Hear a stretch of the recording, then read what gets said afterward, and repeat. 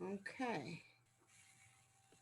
All right. Good afternoon, and welcome to another episode of College and Career Pathways, where every Monday, Wednesday, and Friday we provide you with information on various colleges and universities, financial aid resources, technical schools, skill trade programs, employment opportunities, and career readiness skills, all designed to help you make the best career decisions possible.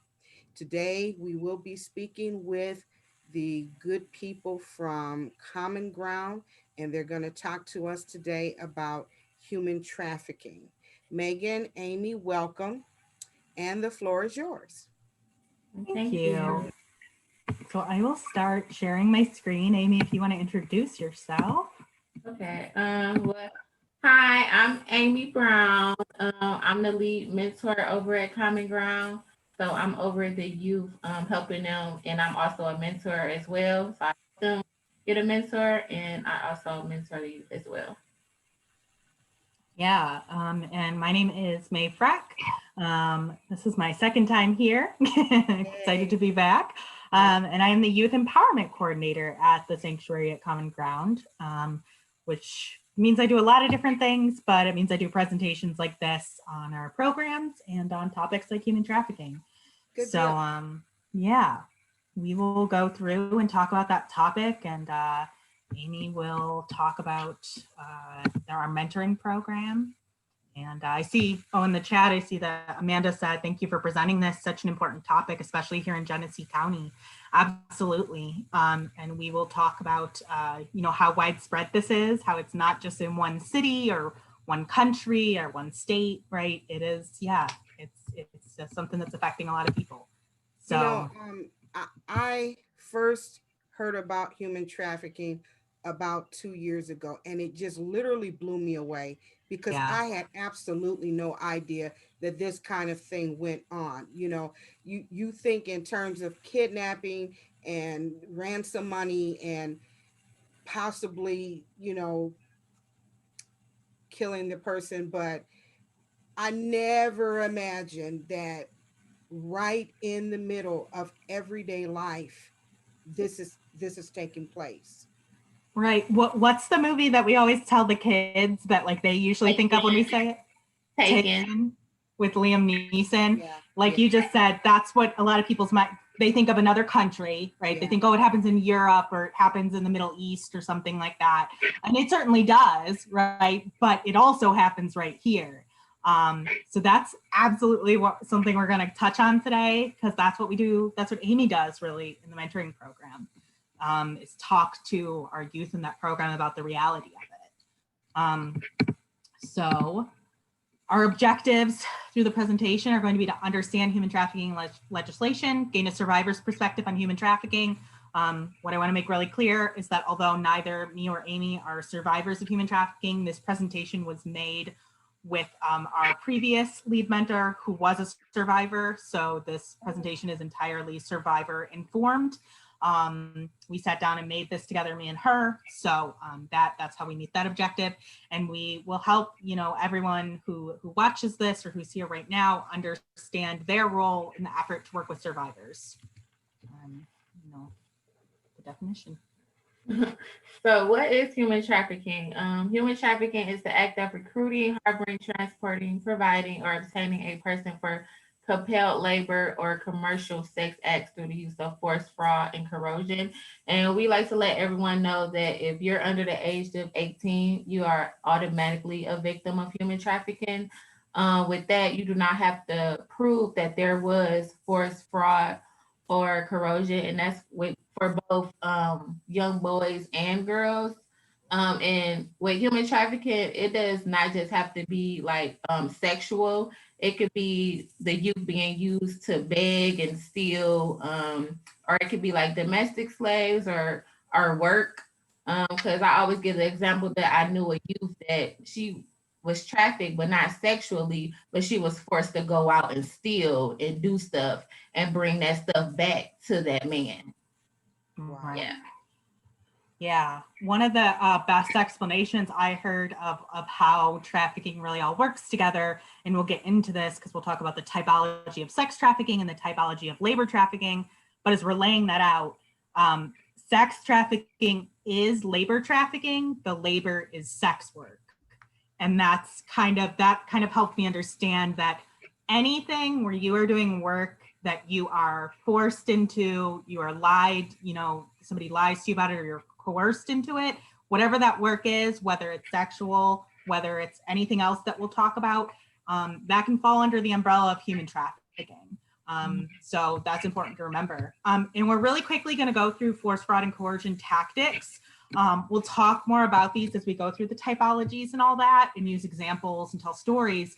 But this is where, as Amy said on the last slide, when you're under 18, and we talk about what sex trafficking can look like and labor trafficking can look like, what the key is that they don't have to prove this stuff to a judge under Michigan law, because if you're under 18, you shouldn't be doing sex work, right? There's no way that you are doing it legally. So you're automatically a victim of that. But even for people under 18, these things are usually present. So we have force, isolation, removal from familiar surroundings. So I pick you up in Detroit and I take you to Flint. I know Amanda mentioned Genesee County, right? So I all of a sudden take you to somewhere else, and I might know my hometown really well, but I don't know anything about Flint, right? And then there's the more obvious, physical and sexual abuse, abandonment for noncompliance, intentional dehydration and overexposure. Fraud, these are very common in labor trafficking, but not uncommon with sex trafficking. False promises of an opportunity. Hey, we're gonna travel the country. We're gonna go to states you've never been to before. We're gonna go to other countries, and you're gonna earn a ton of money, right? Awesome. Misrepresentations of the work or working conditions, right? Nothing is gonna happen that you don't consent to. That kind of stuff, and that turns out not to be true. Conditions, wages, or immigrant benefits, visa fraud. So, that might be someone who brings someone up here to Michigan from Mexico and says, well, when you get up here, we'll get you a visa, we'll get you, legally working. And then they get up here and they don't get a visa. And so now all of a sudden they're doing work, and the person who's having them do the work goes, and if you stop working, if you stop complying, I'm going to call ICE, right? So now all of a sudden, I'm not going to say no, right? Because I'm scared. Coercion, elaborate systems of rewards and punishments, threats of harm to the victim or victim's family. Thing to understand about that, especially when we're talking about kids, somebody might say something that to us as adults, we're like, well, obviously they're not going to do that. I'm going to go blow up your house, right, where your parents live. We might as adults be like, well, you're not going to do that. But to a 13-year-old, that sounds totally possible to me, right? So especially this is where they like to pick up younger people, because these kinds of threats and stuff that can sound almost kind of cartoonish to an adult sound much more real and dangerous to a kid. And it's so much easier to coerce them. So those are going to come up as we talk about examples of all these, how those are used. But if you're above 18 in Michigan law, you have to prove one of these to a judge that one of these happened.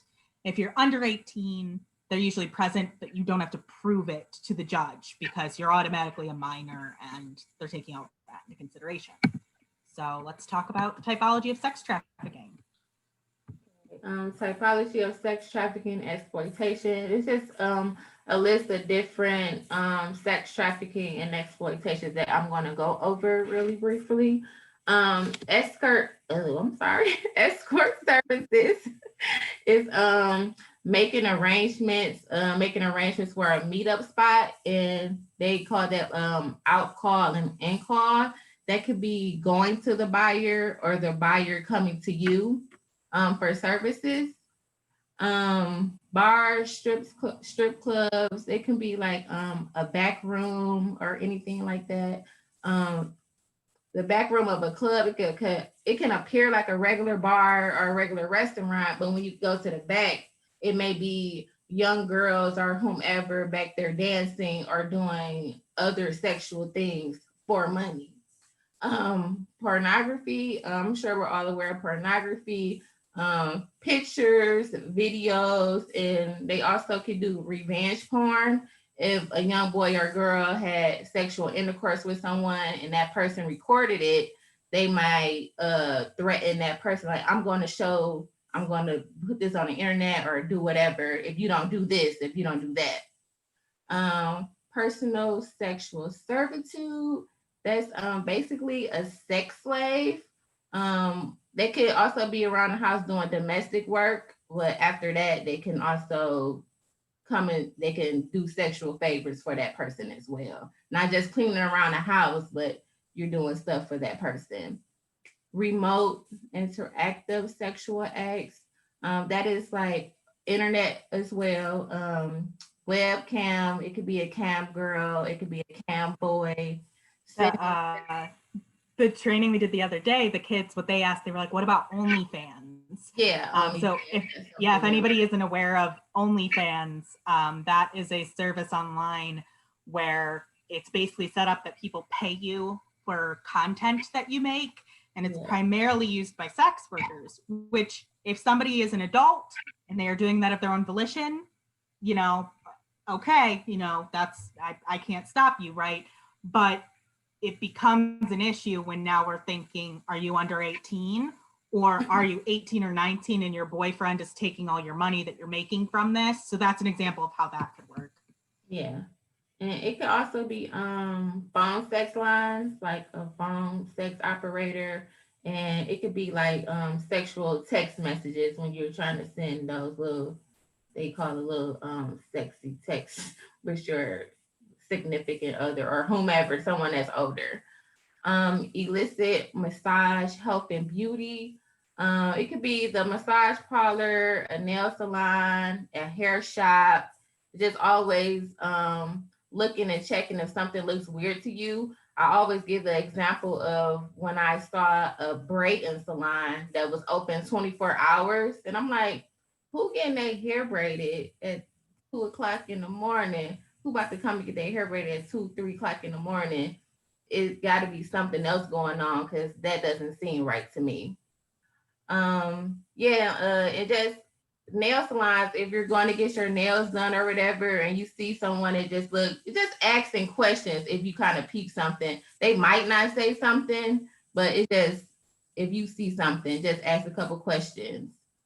Outdoor solicitation, those are people that we may see on the streets, on the block or around a building that we might consider just to be like homeless or something, but majority of the time they're out there because they've been forced to be out there to either beg for money or whatever, or try to get someone to pay for sex or whatever they are selling.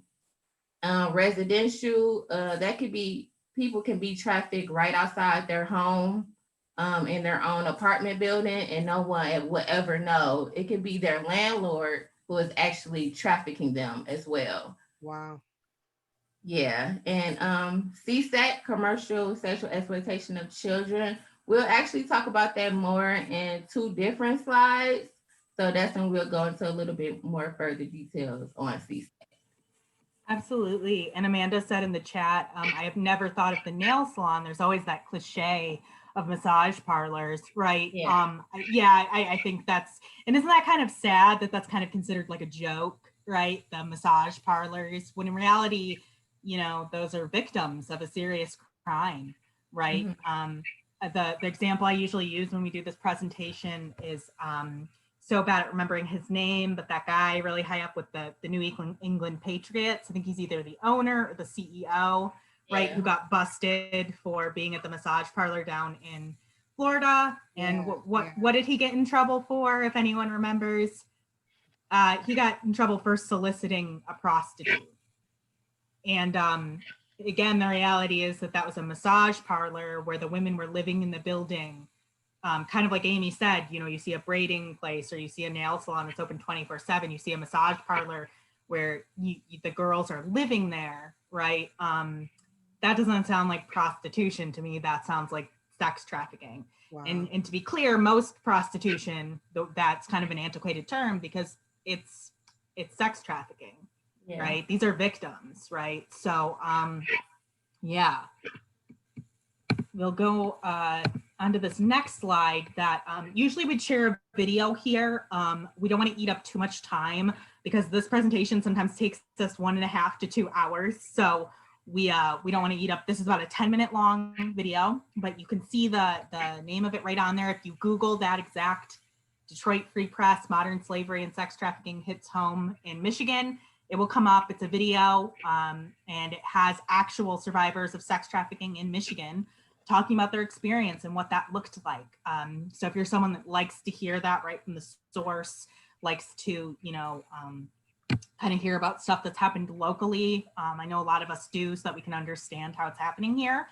Just, Google that in your free time. It's just like about a 9 to 10 minute video, really insightful. But now we're going to talk about what we specifically call labor trafficking and how that can look. Sometimes when we do this presentation, I talk about labor trafficking, I think people are a bit confused because they're like, oh, I thought this was kind of like farming, and that usually happens in like California or Texas, like down on the border, right? The reality is that if this is a non-exhaustive list, because as I said earlier, if you are being exploited for any kind of labor, somebody isn't paying you or somebody is taking your money, right? Or they are, the example I used earlier, they are holding something over your head that you don't have a visa, that you're here illegally. Whatever work you're doing, you could be working at, there's a story I heard of somebody who did this at a T-Mobile where the manager hired a girl who had a criminal record. She had a warrant out for her. And he said, and I'm not going to pay you after he hired her because you have a warrant out on you. So you're going to work for me for free or I'm going to call the cops on you. And that was labor trafficking at a T-Mobile, right? I don't have working at a cell phone store on this list because that's a more of a rare thing. This list is where we typically see labor trafficking. And I think what we'll find as we go through is what I think of these industries as are industries with low regulation, not a lot of people going around to check up on who's working in there. So it's not so much that this is only where labor trafficking happens, it's where it happens more often because it's easier to get away with. So, some of these might be a little new, some of them I'm sure you've heard of. And the first one on this list is domestic work. That's one of the most common ones we think of. I'm going to recommend some continuing education later, and there's a TED talk of a woman who didn't realize until she was an adult that her nanny, her entire life growing up, was a victim of labor trafficking, right? Her parents were trafficking her. She had no idea, right? Because she's a kid. And she would wonder, like, why does she cry all night? She doesn't get it. She's a 5-year-old. So, you can look up, if you want those personal stories, YouTube has put in TED Talk, human trafficking, you can find stuff like that as well. Traveling sales crews, it's gone a little out of vogue, but I sometimes when I have some older people in the audience, I'll mention when they used to drive around in vans and do magazine subscriptions, encyclopedia sales. A lot of times the person in charge of that would actually be taking all their money, right? And that's labor trafficking. Restaurant and food service. There's a story in Novi that a lot of people have heard of where there was this group of men who the house caught on fire and they were locked in the basement and they all died. They were victims of labor trafficking. They were living in the basement of the owners of a restaurant in Novi's house. Yeah, I remember that. And what always strikes me about that story is that after those men died, they interviewed the neighbors, and the neighbors were like, yeah, I thought it was weird. They'd leave at 5 a.m. and get back at midnight. And, it was a bit odd that there were 4 or 5 Mexican men, a couple of whom were underage, living in the same house as this older married couple, so everybody was like, yeah, it raised a lot of red flags. And then the news person is like, what did you do about it? And they're like, oh, nothing. I didn't do anything because I didn't want to, embarrass anyone. Well, when you see something like that, that just feels wrong, right? We'll talk about what you can do later on, but that should be a red flag to people. Peddling and begging. Sometimes, it'll be they'll send kids around to get, money or whatever, sob story. Agriculture and animal husbandry happens in Michigan too. The cherry trees, the apple orchards, right? Not all of them, but it can happen. Health and beauty services, as we talked about before. Construction, you know, that they a lot of times talk about how, you know, that stuff gets contracted out. And sometimes there's not a lot of oversight on who it's getting contracted out to and who's actually doing that work, and how much they're getting paid. Hotels and hospitality, landscaping, arts and entertainment, commercial cleaning services, factories and manufacturing, carnivals. My favorite question to ask always is, who is overseeing carnivals? Who works at carnivals? I don't know, right? The very easy thing to just pick up and move people around and evade any kind of, you know, authority or anything like that. Forestry and logging, healthcare, and recreational facilities. So yeah, when we're talking about healthcare too, I think usually it's like the people who are cleaning, you know, the hospital or something like that. You know, low level, again, you don't usually think about those people, right? We don't usually know the name of the person who comes in and cleans the community center in our area, right? That job might even be contracted out, as I mentioned. That's another big sign that in a lot of the stories I hear about labor trafficking, there's a contractor. There's like this big corporation or big agency that contracted out part of like their building being cleaned or something like that to another company, and they have no idea who the people are that are getting hired or what they're getting paid, right? So that kind of stuff, again, it becomes easy for people to be exploited. But at the end of the day, oh, go ahead. Let me ask you, so with regards to labor trafficking, these people, company representatives, company owners, they are targeting a certain group of people that are vulnerable to Yeah. be trafficked. It's Yeah, not it's like anybody off the street. yeah. So we'll kind of talk about this in a minute when we talk about the types of traffickers and kind of what that looks like. But with labor trafficking, I find it's one of two things, right? Usually, if it's a bigger corporation or an agency, we see that contracting thing. So like the CEO might have no idea, but that's a whole different problem, right? They should probably have an idea of who is doing that work. And then usually it's like the contractor under them.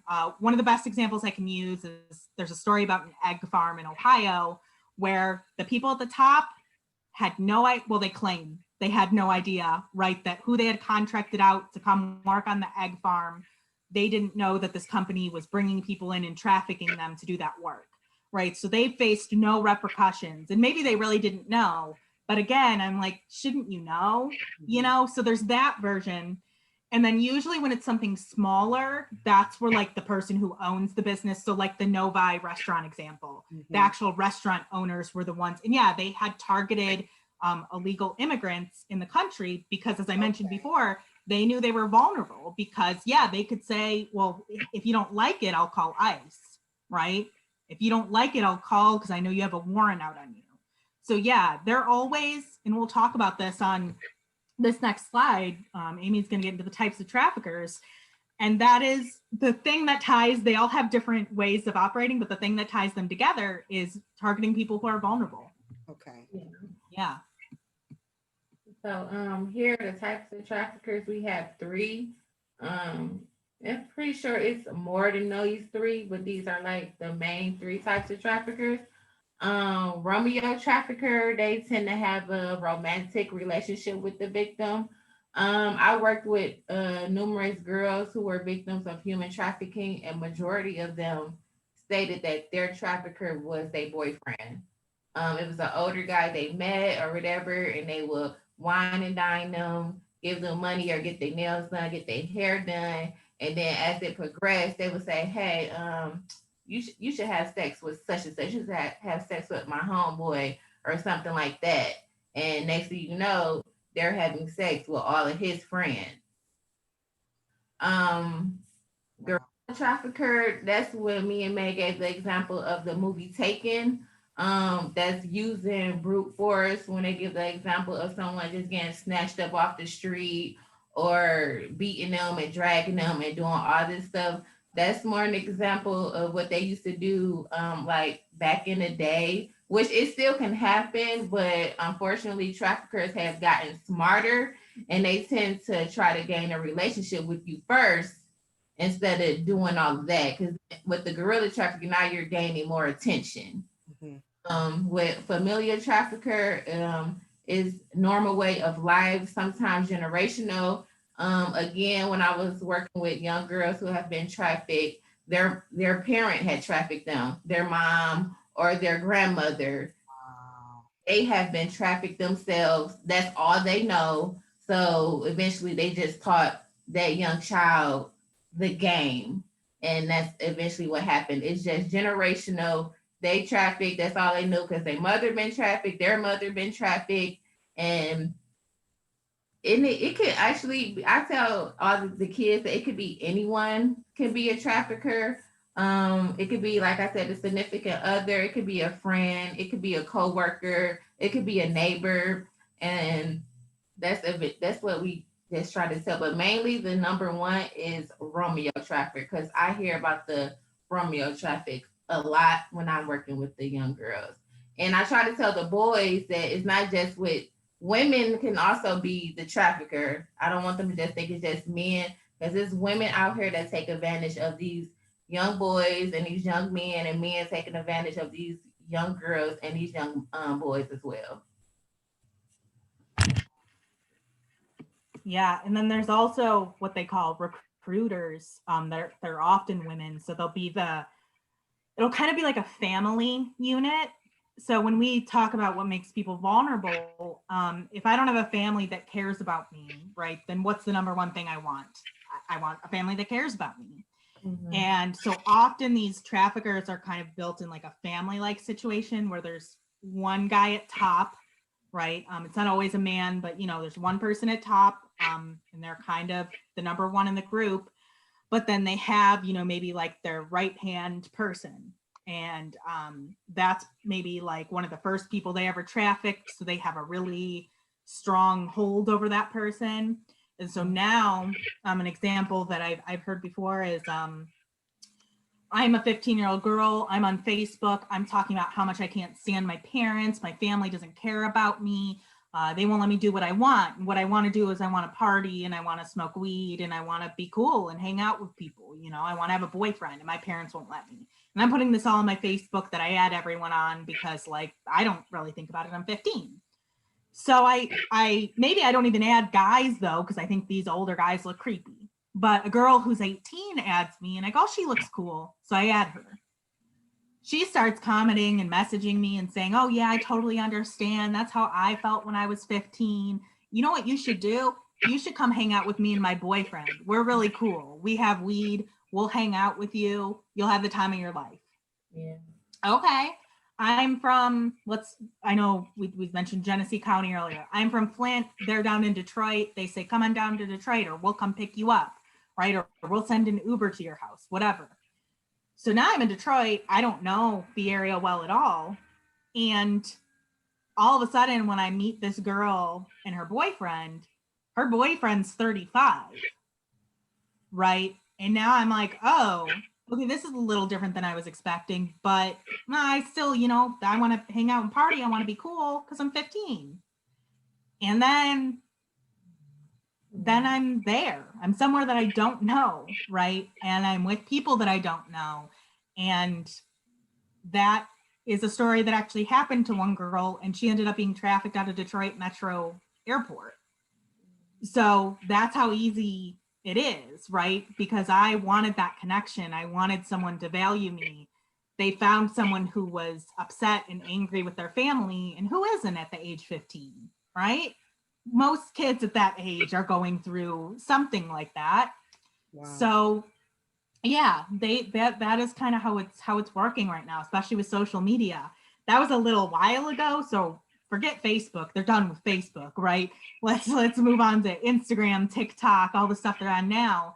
It's not that you can't be on those sites, but when you're sharing that much personal story, all of a sudden you are sharing your most vulnerable information with people that you don't know.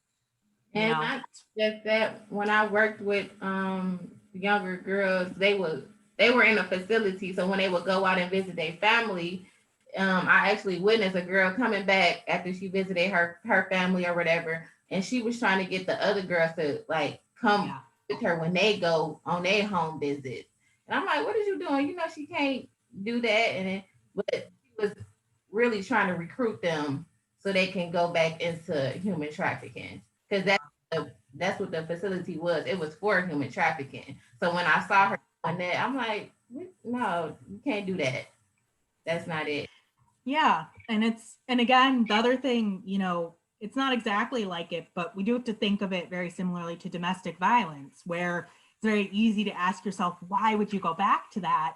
But we've kind of come to understand with domestic violence that there's so much psychological stuff going on that can make someone feel like they always have to go back to it. And it could be a similar situation. So like Amy said, that girl might have known that, like, yeah, this isn't really a great situation, but maybe it's better than anything else I've ever had. Yeah. Right. Yeah. So yeah, they're looking for people, and we will get to, you know, these slides. And Amy, do you want to share the referral sheet? Because it has all this information as well. Oh, and yeah. Basically, this will kind of be the stuff that makes people vulnerable. So we'll talk. I'm going to stop sharing, and Amy will start sharing the referral sheet. This is the referral sheet that comes to me when they think someone wants to participate in our mentoring program. So this is the sheet they turn into me, and I'm going to also share another sheet.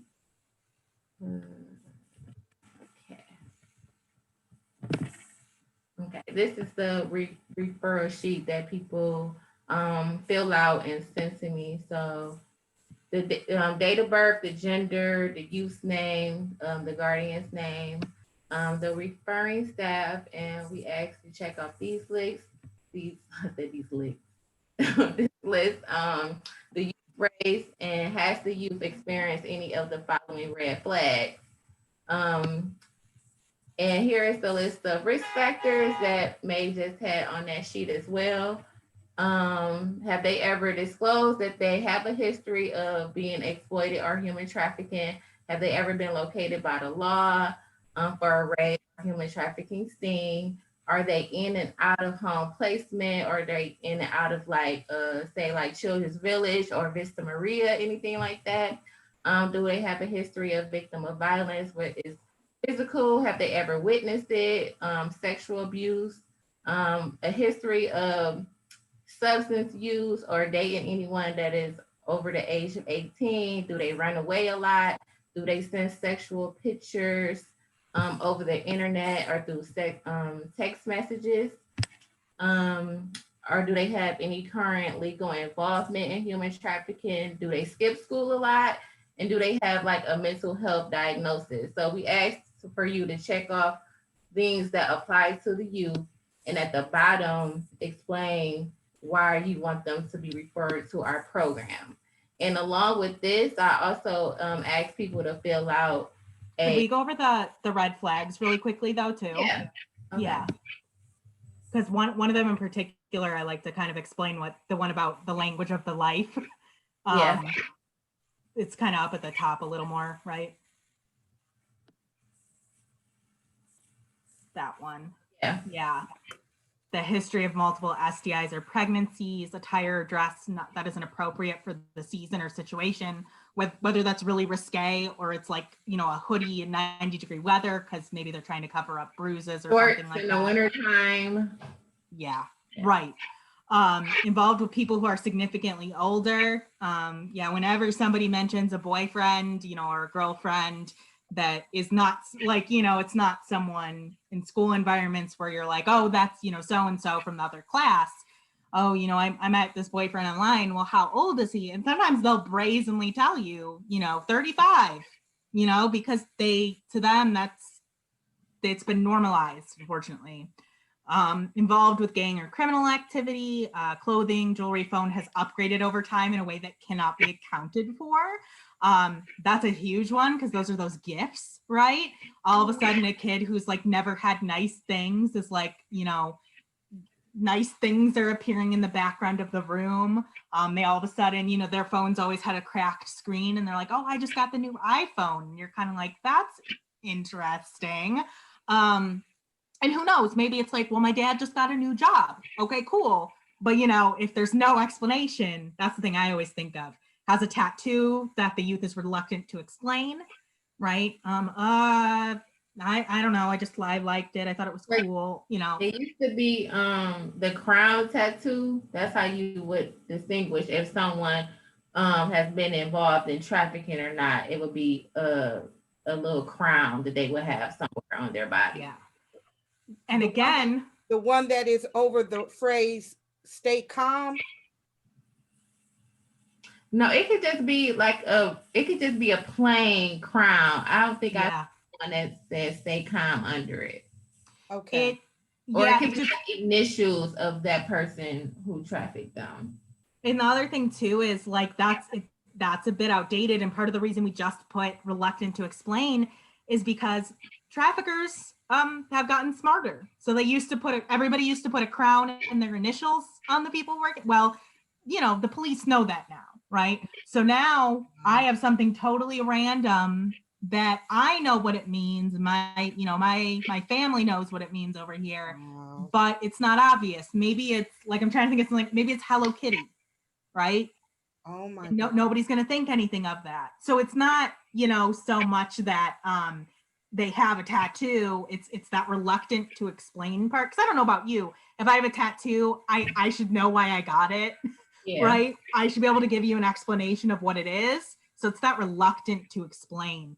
Because we all know sometimes there's like a 16-year-old who's like, my aunt does tattoo parties in our basement. Okay, whatever. I always But- ask when a kid says they want a tattoo, I'm like, well, why? What do you want it to say? And they say, well, I don't know. I just want one. Because I'm like, no, you don't need one. Yeah. I'll skip down to disconnected from family or caregiver. I think that one's obvious, but uses language of the life. That's like Amy mentioned earlier. I have an in call later on. You hear them like mention that to someone else. I have an out call. That's language for working in like escort services. It's all kinds of different terminology that honestly.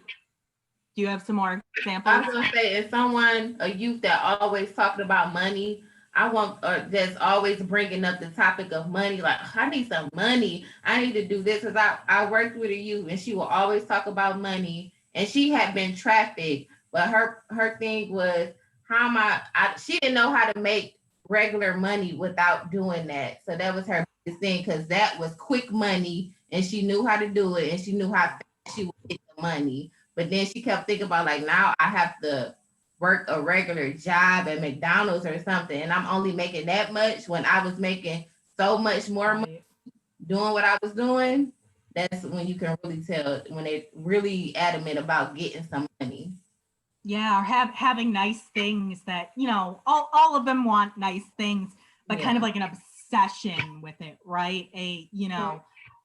Really heightened idea of like, yeah, well, I'm going to get the newest, I'm trying to think of a really expensive brand of purses, like I'm going to get the newest Gucci purse or whatever, all that kind of stuff. I think if you hear, my thing always is, I'm like, if you hear a youth talking in like what sounds like code to you, and it's not something all the other youth are saying, it's like just this one youth or a couple of youth are using terms and phrases that sound a bit odd, it's not about being like, that's human trafficking, but just kind of being like, what does that mean? And maybe they have a goofy explanation and you're like, oh, they're just being goofy. Mm-hmm. But again, if they're reluctant to explain to you what something means or is about, that's where it might kind of be like, okay, what's going on here? So yeah, I think those red flags are really important. We can actually send an email afterwards to you, Toni. Yeah, please. With this referral sheet so that you guys can have it. And do you want to show the mentoring survey too, Amy? Yeah, and I also, along with the referral, I like for them to also fill out a survey. You ask these questions with the youth. They're just yes or no questions. Are you enrolled in school? Would you consider yourself a member of the LGBTQ community? Do you have any mental health diagnosis? It's just questions about them. Have you ever sent sexual photos or videos? And at the end, you actually tally up the yes or no's based on the question. Is how many points you receive for that yes or no. And when you tally it up, it'll let you know what risk that you fit in. if they're low risk, moderate, high risk, or the highest risk. And if they have 12 to 24 points, that's when we know, like, yeah, this youth definitely be participating in our mentoring program. Mhm. Right. And I can, yeah, we can send this to you as well. Good deal. Good Yeah. deal. Absolutely. And then if you want to stop, yep, there we go. That I could start sharing this again. And so there's the risk factors. We just went over those. Along with the referral sheet and the survey, I'll send the PDF of this presentation so that you guys can have it, because we always want people to have that information. This is just a reminder that this is under Michigan law very specifically. Any child who has been recruited, enticed, harbored, transported, provided, or obtained for commercial sexual activity, a sexually explicit performance, the production of pornography is a victim of sex trafficking. That's in our state law, right? And I'm going to go over this stuff kind of quickly because I know we only we have some other stuff that I think going into more detail with, rather than just me reading a slide that I will send to you, is more important. The thing I like to highlight from this slide is two things. First off, just if you hear commercial sexual exploitation of children or CSEC, this is what we're talking about. This is the definition from the Office of Juvenile Justice and Delinquency Prevention at the federal level.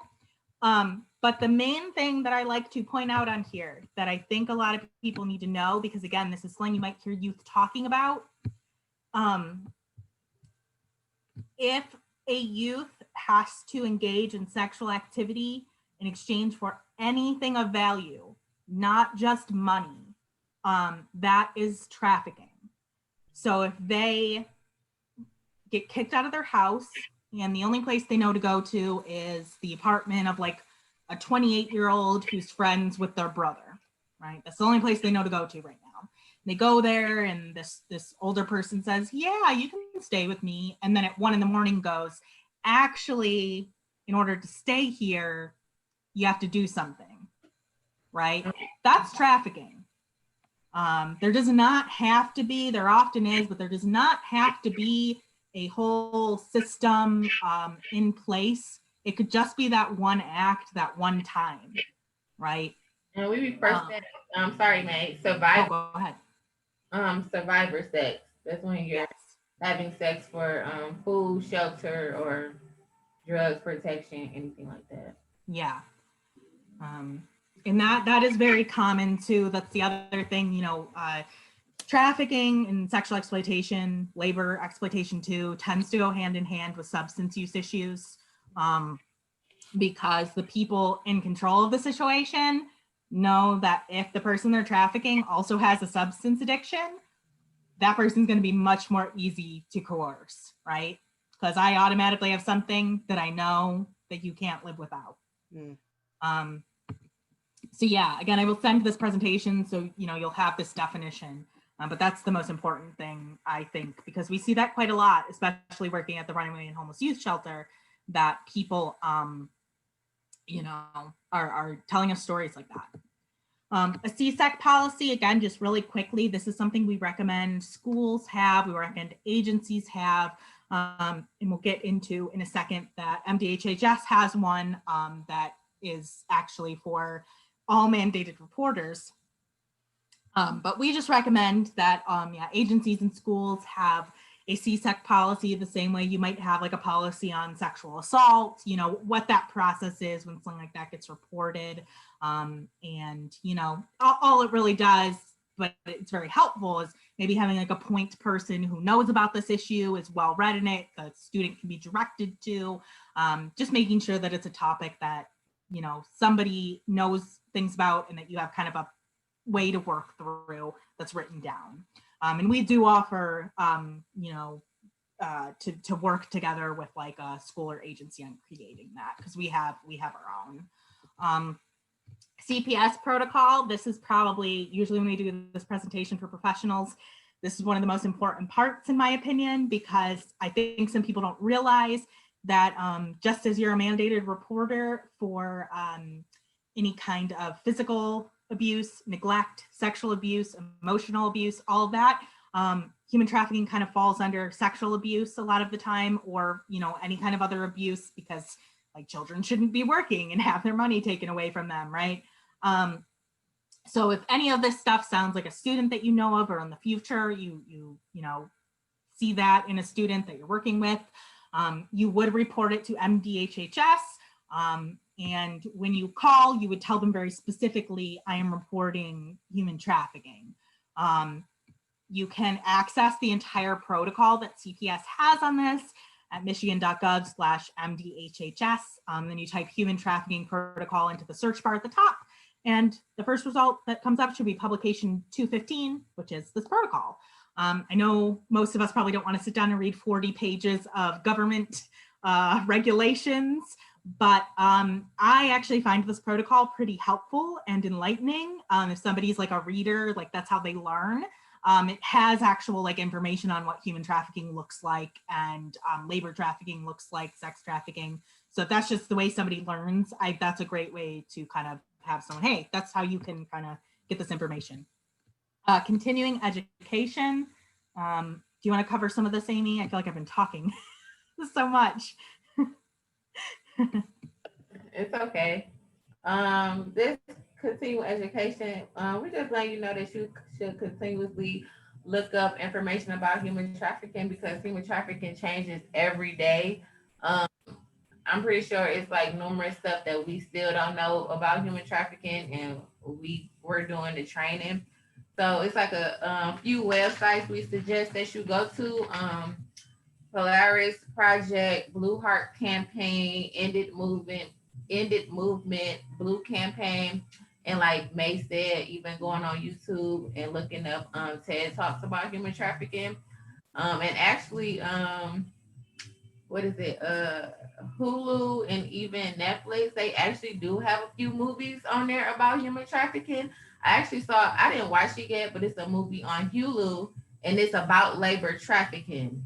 It's called Beneath Us or something like that. It's about construction workers going to someone's house, and next thing you know, they're stuck in that house, and I don't know, I didn't watch it yet, but it's on Hulu.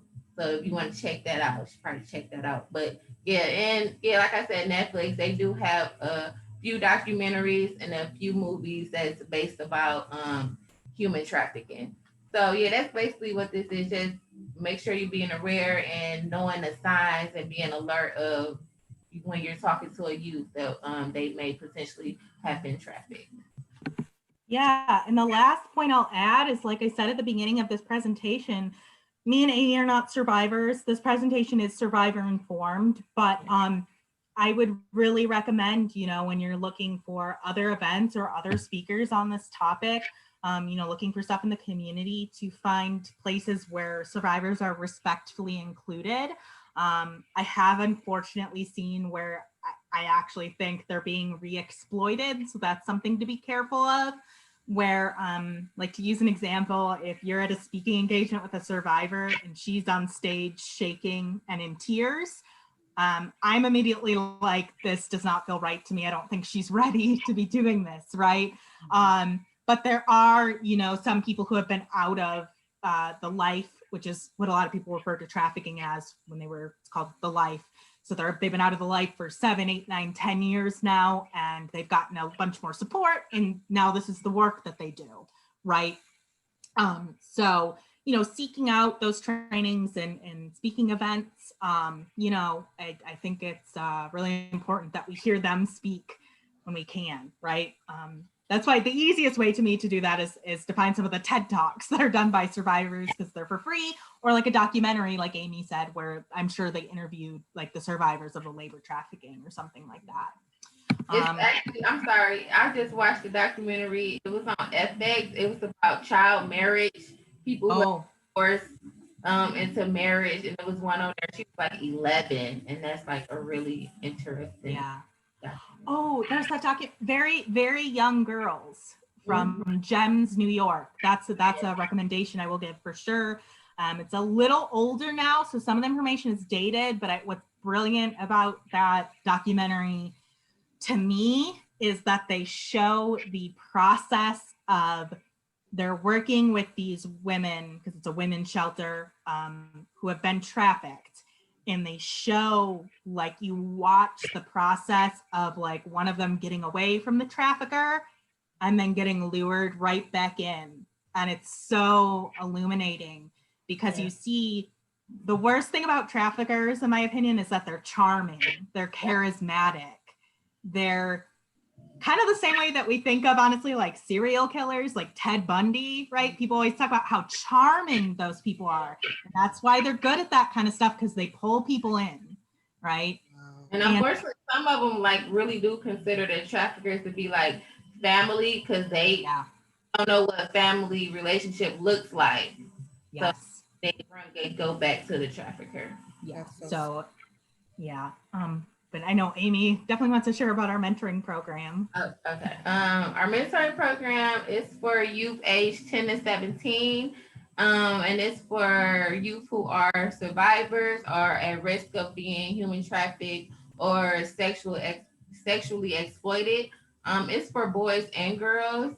And we don't just take youth who have been exploited or are trafficked. It's for like any youth you feel that just having a hard time.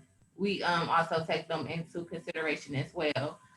We meet twice a month for a year. We take them on outings and activities, and we basically try to help them understand what a healthy relationship is and what it looks like. We try to do stuff with them so they won't seek that elsewhere. For me, I try to do new stuff that the youth never did or never seen, so they won't try to get that from an older man or whomever they may be looking to gain in some type of relationship with.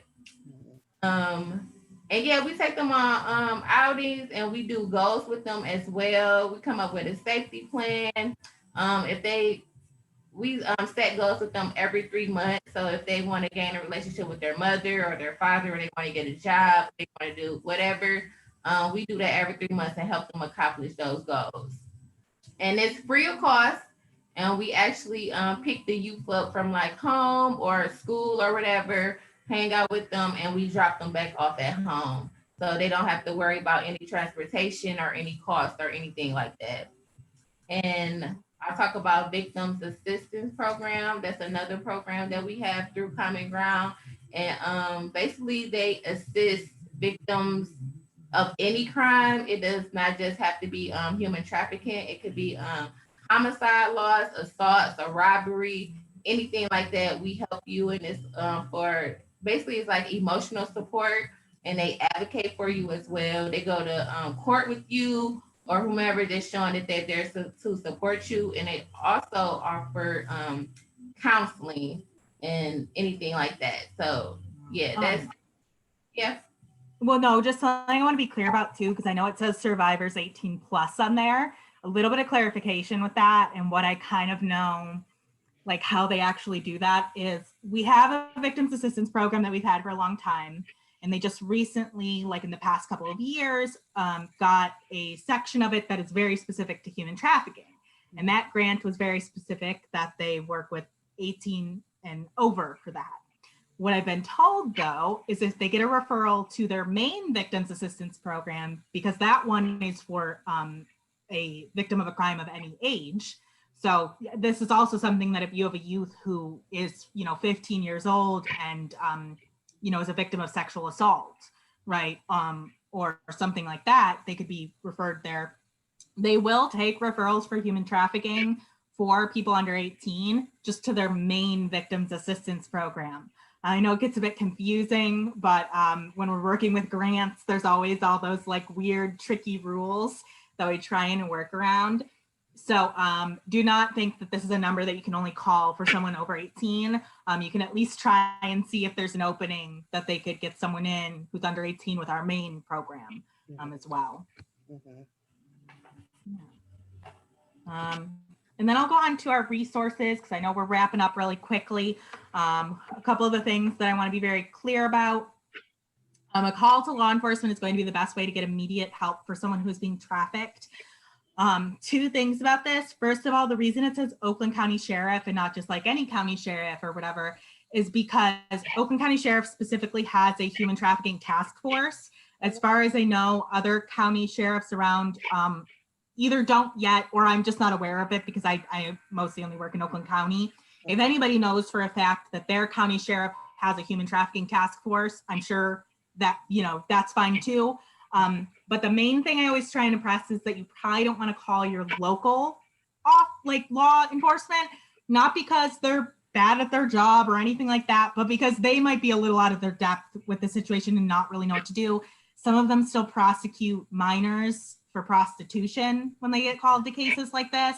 So this is why it's really important to like make a call, be like, I think this is human trafficking, and try and get someone who has that. Michigan State Police, then they're also state police. So if you're like, I don't know what my county has, they have a human trafficking task force as well that has officers and people. They actually have like social workers who go out and talk to the victims that work alongside them. So those are going to be your good calls. And the reason I say right away is because I'll skip to this slide. National Human Trafficking Hotline is great for access to resource and trainings, but this number is not for emergencies. It's just not. Sometimes people call this number and it's an emergency and doesn't get to anyone who can do anything for 12 hours because they aren't a system built for handling an emergency. They're there for someone to say, hey, are there resources in my area? That's, you know, kind of what they are for. You have serious reason to think that somebody's being trafficked, it's law enforcement that you want to call. MDHHS, CPS, again, mandated reporter if we suspect human trafficking. If you have reason to think that that is going on, kind of the same protocol as like, you know, you might call the police first if you think somebody's in immediate danger, but then also make a report, you know, for abuse to MDHHS, same kind of, you know, protocol with that. Affirmations in Ferndale and Ruth Ellis Center in Detroit have programs for LGBTQ victims and survivors. Salvation Army has a human trafficking initiative program through their Southfield office. Alternatives for Girls in Wayne County has some programs. Lakeshore Legal Aid will work pro bono with people who have human trafficking cases and stuff like that. So there's someone to contact. And I know that we are running short on time, but I will share really quickly, or do you want to share, Amy, the site with the referral directory? Yeah, it's still hello. I'll share it really, or do you want to? Here, I'll bring it up really quickly. It is, for some reason, it's not loading. As you can see down here, it's kind of like a broken thing. It's usually a map. A map. And when you click, it gives you referral for each county that pertains to human trafficking. But yeah, their website is not loading. But yeah, it's a map. Just type in the county you in or the state or whatever, and they give you a list of resources that's near you that would help you if you feel like you've been trafficked or you're trying to get help. Because you can also text them as well. Right. So this is the National the National Human Trafficking Hotline's website. So trust me, they do great work, just maybe not the best people to reach out to in an emergency situation, but a great resource to find stuff near you and things like that in any other case, or with someone maybe who's not ready, but hey, here's the website when you are ready type of thing. I asked a question on there and they was like really asking me questions about, am I okay? And have I been trapped? I'm like, no, I'm just asking a question. I just wanted to get some answers. So they was like really concerned and really try to help me to see if I was safe. Right. So that's where, if anybody is watching this or listening to it, I know Amanda mentioned Genesee County. You know, if you're kind of like, what are the resources in my county, my area? Once that map is back up, you can head over there. You could always call them. The unfortunate truth, though, and we tell people this every time we go out, is that there are just not a lot of human trafficking services in general, and even fewer for youth. People don't want to, I think, realize or talk about the fact that people under 18 are victims of this and need services. And we kind of have to start having that hard conversation because they're out there, right? And they need those services. So, you know, that's pretty much what we've got. Unless, do you have anything else to add, Amy? No, I don't. Okay. Someone has any question? We do? Yeah, I do. When you say contact Oakland County Sheriff or Michigan State Police. So if I'm in a crisis situation or an emergency situation, you're saying don't call 911, specifically seek out the number for Oakland County Sheriff or Michigan State Police? That's what I would do, because again, my main concern, and there's been such a national conversation around this. Sometimes I even hesitate to want to call the police at all for certain reasons, right? But if we need emergency help, right, that's still who we're going to call. And the problem with 911, right, is it usually routes you to your most local dispatch center. Okay. So if I'm in, kind of out in the countryside, up in like Genesee County or something, and I call, the officers at my local police station might have no idea what to do. Like I said, they might end up taking a youth to jail, because that's what their protocol is at that level, is, oh, this is prostitution. Okay. Where Michigan State Police, for any county, they have very specific people who work on human trafficking cases. And if you're like, I think there's human trafficking, then they are not going to go out there and arrest someone for being a victim, right? So yeah, it's kind of the safest thing for the victim in that situation. Yeah, unfortunately, like May said, all of these precincts or whatever, they're not trained in human trafficking. And that's an example that May said, to look at the Jim's video. You can see in the video that a mother to the police station and says like, hey, I think my daughter is being trafficked, and the officer blatantly said, I don't know what you want me to do. I can't do anything. Wow. And that was the NYPD, one of the biggest police, departments in the country, and they didn't know what to do. Yeah. So it's, that's why I'm giving these specific resources of places where I know that they have trained staff for that purpose. We're just behind. We're behind the times. We have been for quite a while. Part of the reason too that I do like to recommend Michigan State Police is because, like I said, they tend to have a social worker who comes out and talks. Actually, one of our coworkers, Emily, our senior youth specialist, she did that job for a while. And so I actually talked with her one-on-one and how that is. And so, they'll go out, there might be a police officer there, but there's also a social worker. So I feel a little safer about the accountability of that situation, and that person, there's someone there to advocate for that person, right? So that's part of the reason I put Michigan State Police on there, because that's part of their protocol. So that's what I would say. That's why I would say that. Unfortunately, we have doctors that's not trained in it either, because they should be able to see if they have a patient come in, they should notice some signs or something that person may have been trafficked. Because like May said, she worked with this presentation with a former coworker that was a survivor, and even they stated that they went to the doctor, and the doctor didn't ask any questions, didn't notice anything, and at that time they were being trafficked. And their like neck had been broken. Their like collar, I think it was their collarbone, and I think if your neck breaks, you die. I meant their collarbone, and so they were, and what it was, here's a really good example. I know we're over time, but if you're going to talk to someone that you think might be trafficked, especially virtually, it's hard because their trafficker might be standing right by them. Yeah. And that's what our coworker expressed, is they went into the doctor, and the doctor didn't ask their significant other to leave the room, and their significant other was their trafficker, right? Wow. So they're not going to say anything. Well, that person's in the room. Oh no, I fell down. Are you sure you fell down? Yep, I'm sure. Especially a youth with a parent. Right. If the parent may be the one that's trafficking them as well.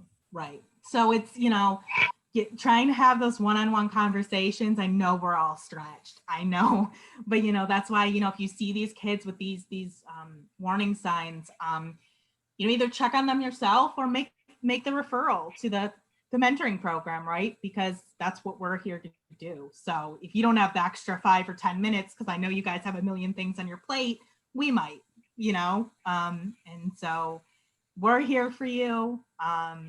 These different resources are here for you. And there might not be many of us so far, but a lot of people are doing good work in the area, is what I will say. Amanda, would you like to ask a question?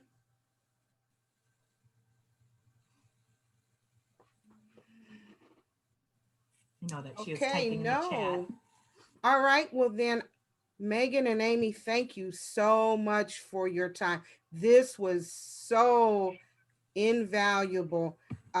Again, every time I visit this subject, it just blows my mind because, as you say, it's constantly evolving and there's always something new that you're like, what? Are you serious? You Yeah. know, excellent presentation. I know it's valuable information that my colleagues can use as well as our students because, again, they talk to one another. And so they have access to information that a lot of the adults, teachers, counselors don't have, aren't privy to, and they can become aware to start recognizing the signs in their friends and in their neighbors and children of their ages, their Yeah. peers.